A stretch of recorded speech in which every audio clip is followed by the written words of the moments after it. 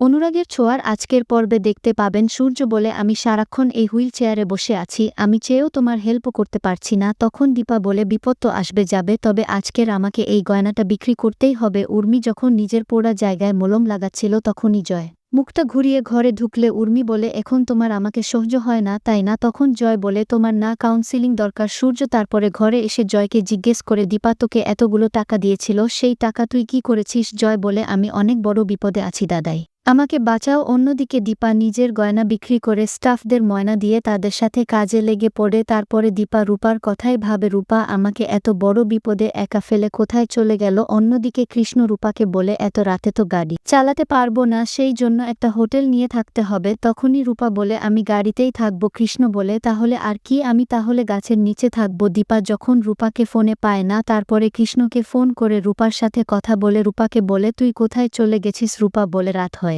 গেছে, এখন তো আমি ফিরতে পারবো না, তবে আমি এসে সবটা কম্পেনসেট করে দেব। ফোনটা রেখে দীপা বলে, আমাকে রূপাকে খুঁজতে যেতে হবে, ওর কোনো বিপদ হয়ে যায়। তখনই সোনা বলে, ও তো কৃষ্ণর সঙ্গে আছে, ওর বিপদ কেন হবে? অন্যদিকে সূর্য জয়কে বারবার জিজ্ঞেস করে, কি হয়েছে, সত্যি কথা আমাকে বলো। জয় বলে, তুই কাউকে বলবি না, তা না হলে আমার কিন্তু সুইসাইড করা ছাড়া আর কোনো উপায় থাকবে না। লাবণ্য আমার এক রাতের ভুল, ও আসলে এই বাড়িরই মেয়ে। তখনই উর্মি সবটা শুনে ফেলে আর জয়ের উপরে চিৎকার করে বলে, তুমি আমাকে আর দীপকে এইভাবে ঠকিয়েছ, আমি নিজেকে শেষ করে দেব। তখনই সূর্য বলে, তুমি তো জয়ের পুরো কথাটা শুনলেই না, লাবণ্যর আসল বাবা আমি। তখনই লাবণ্য ঘরে আসে বলে, তুমি আমার আসল বাবা, তাহলে এইবার থেকে তুমি আমার সঙ্গে থাকবে তো, আমাদের জীবন থেকে হারিয়ে যাবে না তো? উর্মি সূর্যকে ব্যঙ্গ করে বলে, বাবা এই ছেলের জন্য এত অহংকার করে, আমি নিচে গিয়ে সবাইকে সব সত্যি বলে দেব। সূর্য লাবণ্যকে জড়িয়ে ধরে বলে, আমি আর তুই অনেক দূরে চলে যাব। মনে মনে বলে, দীপা আমাকে ক্ষমা করে দিও, জয়কে আমি ফাঁসাতে পারবো না। বন্ধুরা,